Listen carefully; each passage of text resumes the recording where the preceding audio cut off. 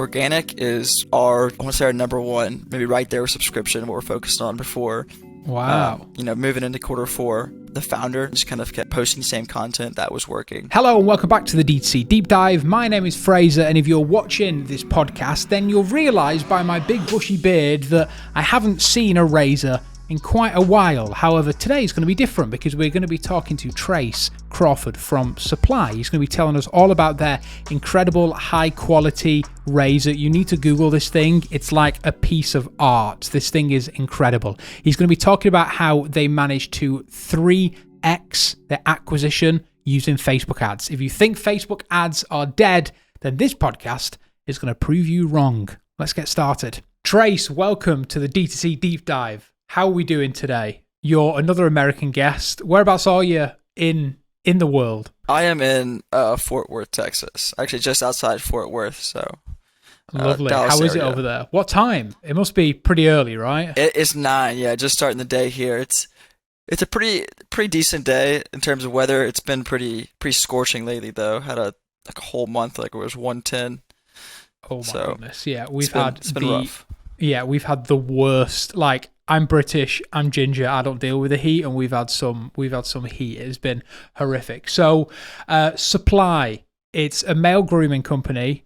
Tell us all about yourself. Let's start with the basics. Tell us about yourself. Tell us about Supply and where you are, and then we'll go from there. In the pandemic, when I was in college, I played basketball, and I didn't have time for a job, and so I just Googled how to make money online and got into, saw all the dropshipping, make a ton of money. So I started doing that, and that was my foray into e-com. And like I said, I graduated in the pandemic. Thought I was going to go get a corporate job working in, I think it was insurance was going to be my first job, but that fell apart because of COVID. And then sitting at home doing nothing, I was like, okay, maybe I'll try this dropshipping thing again for some money. And then I just fell into the rabbit hole. Started my own stores and started just getting it changed from making a quick buck to getting very into everything, the media buying, the creative. And then just over a year ago now, I connected with Patrick, who is the founder and CEO of Supply, and came on with him as the head of growth for Supply, and started leading our internal team. So Supply, we're a men's grooming brand, but we primarily specialize in razors. We sell a solid metal single blade razor. That's our main product, but we've since then we've expanded into the full line of grooming products. So shaving cream, post shave, skin care, and then some new stuff coming soon. Let's step back a bit. So you started drop shipping, but now you work for someone else and not yourself. That's quite a big step. Why did you decide to go down the route of working for an e-commerce brand instead of just plowing on the drop shipping and going the journey that most people do, is running their own e-commerce brand? I love working for Supply. I like it way more than I did doing my own thing. Drop shipping was, just to get started. And when I got into it, there's a lot of like hustle culture and, go make your own money, be an entrepreneur, which is great. But for where I was at just starting, it was not great. Just having no money, trying to figure it out. I knew nothing. And knowing nothing and having no money, like, it makes it really hard. And then also like drop shipping, and just like it always had gave me a bad feeling, and like I just felt bad about it. So it was really hard to be passionate. But with Supply, I have a great team on the ops side, which is not good at ops. I know very little about the logistics and finance side of things. So I get to just lock in all on the marketing stuff, which is what I really enjoy. We have a great product. Customers love it. So it's, it gives me a sense of pride to, work for this company and push this product. So, it's a lot less, it's still stressful, but definitely a lot less stressful than what I was doing before. I'd say men's grooming has undergone a bit of a change in the past 5-10 years or so, where it's gone from men not really caring how they look and just using any kind of razor that they can find on the shelf, to now people subscribing to razor. You got Dollar Shave Club. I think they kind of led the way when it came to that horrible feeling of spending $30 odd on some blades to then shave. It's it's insane, right? So how do you think suppliers led the way in kind of a different type of shaving where it's not so much the Dollar Shave Club kind of format where you buy a head and then you're buying, subscription blades and all this. Instead, you're buying like your razor is like a magnificent piece of metal. It's a hefty thing. And then you have one blade, which you can sign up to and you can send them the blades. Like it's a much more traditional way, I'd say, to shave. How do you think suppliers kind of led the way in doing that? Yeah, so kind of like you said, like we took a kind of the opposite route of Dollar Shave Club, Harry's, these traditional DTC razor brands where they are cheaper, convenient, but nothing really special about the razor. It's kind of just a typical 5-blade razor. Where we went the opposite route, where we went high quality. We're a solid metal single blade razor. We believe single blade shaving is a better way to shave. So we, like I said, we're opposed there. Cheaper, more affordable. We're like, hey, shaving. This is do it every day. Your face is the first people see about you. It's your money maker. So you treat it right. Put like you're gonna spend all this money on skincare and clothes, but you're gonna use a $5 razor and get irritation and not treat your face well. So that's where I think we really separate ourselves.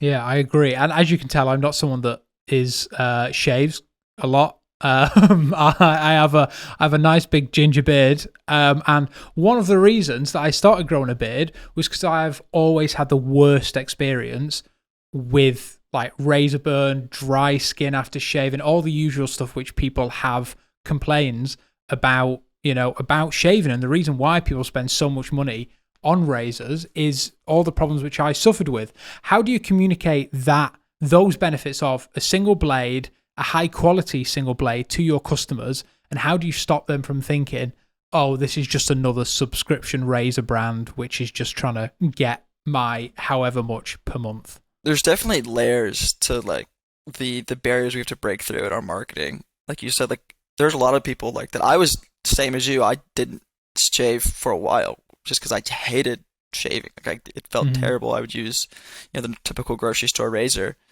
So for us, it's we like our top of the funnel.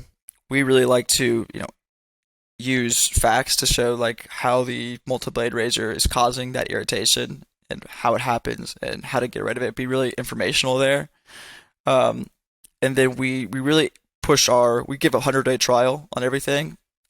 So if you are convinced like, okay, well maybe I can shave with this and it's not going to give me that irritation that the 5-blade razors have been giving me, well, at least I can try it for 100 days and if I don't like it, I can return it. So yeah.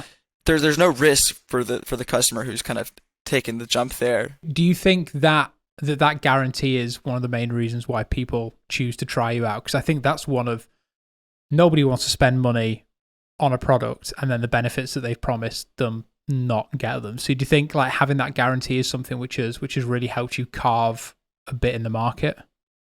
Yeah, I would say it definitely helps a good bit.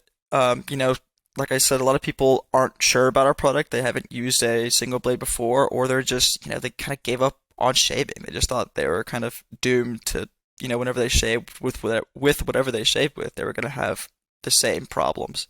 So I think having that trial just makes it, builds that trust where they're like, well, like I said, if they don't like it, I can just send it back. What have you put inside your creative, inside your marketing to kind of pull people away from those major brands? Because there are those core brands, like worldwide brands, which have just always been the standard. Like you speak to your dad, your granddad, whoever, they'll all say that they use a Gillette razor, for example, because it's just a household name, isn't it? Right? Everyone uses the same thing. So what are you putting in your creative to pull people away from that and instead try single blade and try supply? Our main strategy, top of the funnel, is just really educational. So we have a mix of different like content styles there. Our main is probably like using our founder's hero's journey, so just kind of telling like how he hated shaving and why he got the shaving irritation and how we solved it. Then you also layer on advertorials, kind of like, 6 reasons why you're getting, this irritation. So a lot of education at the top of the funnel, kind of asking or begging the question, like get the customer or the prospect to ask, like, is there a better way to shave, or like, can I actually shave without irritation? And then from there, we really support that with like a lot of UGC and testimonial content of people just like, this razor actually works, like this is great, and kind of giving those additional benefits. But again, yeah, top of the funnel, it's all just different ways of educating and getting them to finally ask the question or consider that long time razor they've been using. Yeah, and you mentioned right at the start actually that you were mainly just selling razors, but now you've kind of moved into that entire kind of base from face wash, shaving foam. How important is it for like a male grooming brand to have all those bases covered? Because I'm sure that there's a lot of stuff which people have always bought the same brand and they're happy with the same brand. So it's almost like, well, why would I try this different one just because I buy a razor from them, right? So why is it so important for male grooming brands to have all the products to encompass that whole experience? For us, it's like, it's do or die to have those other products. Our product has a lifetime guarantee. Like, it's solid metal. It's gonna last. So if you buy one, you're only buying one unless you buy a gift. So if we don't have those additional products, like, just the numbers aren't going to work out. We're just not going to be able to scale off pure acquisition. So for us, having those is essential.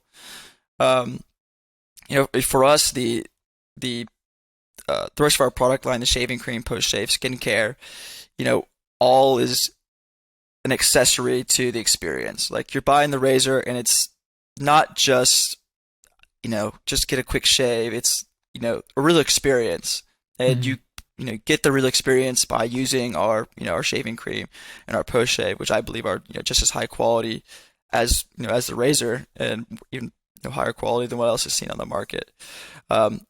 So for us, it creates a better experience, and creates that lifetime value that our hero product just doesn't have. Yeah, I didn't think about that, but like you mentioned, it's kind of a one-time purchase, isn't it, with you guys? Because you create this amazing product so that it's high quality, so that people don't have to buy more than one ever. So are you finding that a lot of people, I mean, you have to subscribe, right, in order to get your blades, because you have to change your blades regularly, otherwise there's no point shaving and the benefits that come with supply. So do most people subscribe to a blade subscription? Not most. We haven't been pushing subscription as hard previously, just because of like the numbers haven't been great for us of just having a blade subscription. It's just didn't work out too well for us, numbers wise. But we are starting to push more subscription for the blades and the shaving cream, just to make a better customer experience. Because I mean, obviously you need the blades, right? And you don't.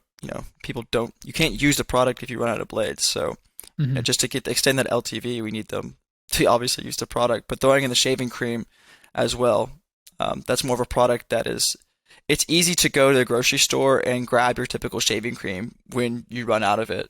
So just giving them easy, accessible, and good offers on that shaving cream as well for subscription has been, at least so far, it's seeming like it's been good for us, but we'll see how the LTV plays out in the next few months. This week's edition of the DTC Deep Dive is brought to you by Motion. Are you still using spreadsheets to track your creative ad reporting? Well, if you are, you should try Motion instead. Motion bridges the gap with your creative team through visual and digestive reports so that they can make engaging content that actually converts. With one click, you can share insights with your team and add members to your workspace so they can easily deep dive into reports on their own. Motion makes it super easy to identify key drivers for performance and helps eliminate the guesswork in the creative production process. Join the 500 plus teams like Huel, The Ridge, and Foxwell Digital in using Motion to improve their ad results. Say goodbye to creative fatigue and try Motion for yourself with a 14-day free trial at motionapp.com. Is there a reason why your subscription is the same price as just buying a one-off? Because I know on a previous podcast we were talking about this, how there's different methods on how you can price your subscription. There's a standard like buy now, save 15% every month, blah, blah, blah. why have you priced it the exact same as a one-time purchase? So our subscriptions have been on our consumables have been, I think, save like 15%, save 20% when you get that subscription. I think for blades it's been like the price has been the same, and the reason for that is just we haven't really been pushing subscription until this year, or as much as we have, and it's just been like an infrastructure thing for us. But this past quarter, we think we really locked in on getting the infrastructure set up from a an app perspective, a customer service perspective, and so we're really looking to push that. Like I said, now it's one of our biggest priorities we're working on. That strategy we're working on now is taking a good bit off on that front end of the offer so it's here's a starter set. If you subscribe to the shaving cream and post shave or shaving cream and blades, you get that starter set for, I don't remember the specific percent off. It's 30 plus. So it's just really trying to get the consumables as well as the razor in customers' hands so they can try it, be subscribed, and enjoy those products. Yeah, and then you have that guarantee on there, the money back guarantee. Like that's a killer deal, right? What have you been doing in terms of your marketing strategy when it comes to acquiring new customers? Because you scaled by 3 times just by Facebook ads. Like everyone is constantly saying the Facebook ads is dead and everyone needs to be on TikTok, but I don't believe that's the case. Everyone still uses Facebook and Instagram. So how did you manage it? What is that secret to Facebook ads and being able to scale with them? I agree. I mean, we see it all over Twitter. Everyone's having trouble with Facebook, especially since iOS changes. Luckily for us, we haven't been seeing the difficulty as much. We've had a really good last 2 quarters on Facebook specifically, and so for us, it's the real unlock was creative. I know everyone says creative's the biggest lever, but for us, it was true. We'd been at a decent part, but the angle that really unlocked it for us was our founder story, kind of whitelisting through that and making that like our main top of the funnel. That unlock gave us a 2x or double the returns that we were getting before. Wow. At scale. So just really testing creative and then just consolidating our structure on the account. So once we found that unlock, we were able to support it with that UGC content that I brought up previously. So our structure is just like the founder story in multiple variations, and then taking that same kind of angle, same information, and putting in advertorials. That's our main top of the funnel. It's different ad styles. We have a high quality video. We'll do like TikTok style founder story. We'll do the statics to the advertorials, and then again layering that or supporting it all with UGC testimonial content, just reviews, hitting all our kind of secondary points of the trial. Everything else just like hold that up. So you're whitelisting the founder story under their page, or like how's that working? Sorry. We whitelist through our founder's Facebook page. Why are you doing that? Because kind of the founder is connected directly to the brand. Have you just found that just because it's a name, people are connecting to it more? I believe so. We've tried the same ads from our supply account, and it just hasn't worked near as well. No way. So I think it's just seeing a person's face like makes them respond differently. I mean, we noticed in the comments, at least at first, that people were much nicer. They felt like they were talking to a person, and so they leave comments and be like, "Hey, Patrick, like, how many blades are in a box, or what's the questions about the product?" They would be like they were talking to somebody else. So, we saw a big rise in our soft metrics, click through rate, cost per click, CPMs, on all of those ads as well. So I think it's just, it feels more genuine coming from his page. Yeah. Wow, that's really interesting. And I think the reason for that is probably some psychology reason that we connect more to a face than a brand. I think brands can come across quite faceless a lot of the time. So I think running it through a founder's page, especially when you guys are on Shark Tank, right? So that kind of makes sense that people might be familiar already with the story, with the founder, if they watch Shark Tank. So that kind of connection is there already. Are you all top of the funnel? Are you bothering with retargeting? Are you bothering with anything like that? Because after the iOS changes, pretty difficult to do any of that on Facebook. I do no specific retargeting. We'll do like a just full funnel, only including purchasers campaign. And what I found is like the ads that have messaging for middle of the funnel, bottom of the funnel, they will do retargeting. So like I said, like the UGC that, supporting that top of the funnel, like it will retarget essentially. You can see that like its frequency is going to be much higher if you go to, we use Triple Whale. If you go to the attribution there, like its last click is going to be much higher than its first click. And the drop off is going to be much different than those more top of the funnel specific ads. So yeah, just run the full funnel campaign for us, and that seems to be working. Have you been creating creative with that in mind, and the fact that this is a UGC ad, they're probably going to see this as a retargeting, but we're not going to run it as a retargeting? Has that been changing the way that you make creative? Like, have you been creating retargeting ads, just not running them as retargeting ads? Yeah, we have been. I think we've shifted to this strategy in the last like month or two of like realizing how this full funnel campaign is working for us, and so we'll really like make a specific effort to make these UGC ads, diverse and hit those objections and have different avatars in there. Yeah, amazing. So you're the content that you're creating, like, the 5 reasons why you get razor burn, are they just linking to articles? Are they like, what's been your kind of creative and your funnel to get people for that content?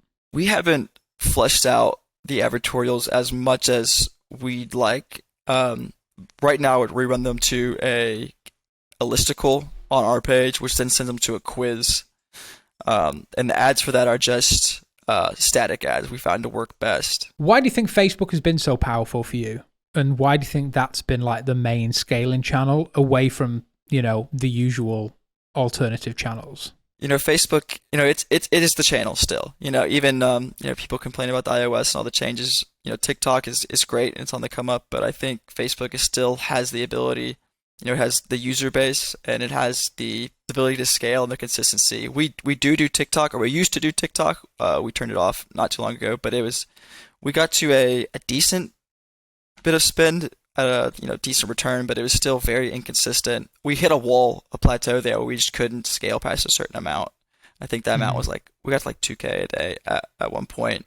But again, it was still just very inconsistent. So is that the reason you turned it off? You just weren't able to scale past a certain number, or were there other things in place? So we turned it off because we launched 2 new razors, and so we just had to kill the ads we had running, and then we just haven't been able to keep our razors in stock, which is I guess a good problem to have. So we just haven't had the inventory to get back on the platform and try to figure it out again. I mean, that's a brilliant problem to have, right? Talking about TikTok, you guys do quite a lot of organic TikTok. You say you don't run paid, but there's a lot of organic stuff out there, mostly like the ASMR style stuff, like close-up mic, shaving. It's very satisfying to watch. Have you put a lot of effort into an organic strategy for TikTok? Organic is I want to say our number one, maybe right there with subscription, what we're focused on before. Wow. Moving into Q4, it's, we've had success there before. I think we have like 600,000 followers, but we've been very inconsistent. Most of the content there was the founder just like, he just tried the channel, when everyone was saying get on TikTok, a year, 2 years ago, and then just kind of kept posting the same content that was working. So we have a platform there. We've seen success with the content style. We just haven't been consistent on it. So moving forward, the rest of the quarter, we're really looking to expand that. We're looking to bring on a TikTok creator to kind of run that and be a new face of the brand. Yeah, that's what we're thinking right now. Yeah, I think you guys have actually been shooting like fairly high quality TikTok stuff. And I think I've listened to a few podcasts about this, how TikTok is going to change away from this like very heavy UGC thing over to, a mixture of pro looking stuff. Are you guys going to carry on that when you have a TikTok creator, or are you just going to let them go wild and post and film whatever they want? We're definitely going to try it out and see what happens. I think at first we'll try to layer the two, keep our, more high quality ASMR content semi-regularly, and then let the creator just create just make TikToks that are relevant to our brand and see which content style, which angles really work for us. Yeah, I think it helps that you guys have a product which is like so satisfying. Like even loading in a new blade is like loading some kind of rifle. It's like it's the most satisfying sound ever. Like that must have been a massive hit on social and probably one of the reasons why you have so many followers, right? Yeah. Yeah, they love the ASMR content, especially the reloading. That usually does great for us. Yeah, such a cool product. So what's been in terms of those Facebook ads, actually, let's go back to them. What content has been working best? Because you have that mix of pro stuff, static, UGC. Have they all just been performing well, or has it just been like, a mix? It's kind of a mix, So the founder story, the one that's really been ripping for us is kind of I want to say it's more of a high quality video, but it's also like spliced in with more like organic, like selfie style video or content. So I guess a mashup has been doing good. Mm-hmm. UGC, more organic content, has been doing good for us. Like I said, like in the middle of the funnel, retargeting. Top of the funnel, we still haven't really been able to get that to work great at scale. Yeah, the mashup content, like that is a tip for anyone listening, which is looking for a new type of creative. Like the mashup stuff, mashing between the pro footage and the UGC, like that is gold. We make so many of those, and they always rip. They are so good. So what's next for Supply? Like you mentioned, you're going to be pushing the subscription, pushing TikTok organic. Is there anything else on the horizon? There's a lot on the horizon for us. We have a lot of new products we're working on right now. I'm not sure if I'm supposed to let those go. So I'll keep it a secret. I'll keep it a secret for now. But we have a lot of new products in the works. From the marketing side of things, there's a lot of opportunities that we're really excited for. Like I said, subscription and TikTok are the two biggest ones. We've had good success on TikTok before. We just haven't really put the effort there or the time there to flesh it out even more, which we are now. So I'm really excited to see where we can take that. And then I think we can get a lot of big wins with subscription. We've been doing it, the last month or two. This quarter, we've been focusing on it. It's been great. Like I said, we'll see how the 30, 60, 90-day LTV looks like. But those two things I'm really excited for, as well as the new products. Amazing. I'm so excited. If people want to follow your journey at Supply, what's the best place for people to follow along? The best place is probably on Twitter. You can follow me at Bubba Does Ecom. That's where I tweet every now and then. I'll tweet some stuff about supply, marketing, all the good stuff. Amazing. So thank you so much for joining us. It's been a real pleasure. I'm excited to see what Supply does. I would say I'd go and grab myself a razor, but I don't think I'm ever going to use one, even if they are fantastic. Unfortunately, the beard is here to stay. But thank you so much. It's been a pleasure. Thanks for your time. It's been a blast. Thanks so much, man. If you ever change your mind about the beard, let me know. I will hook you up. Will do. And that's it for the podcast this week. As always, thank you so much for listening or watching, however you consume the D2C Deep Dive. Be sure to leave us a little rating, a subscribe on whatever platform that you're on. And, well, I'll see you next week. Bye-bye.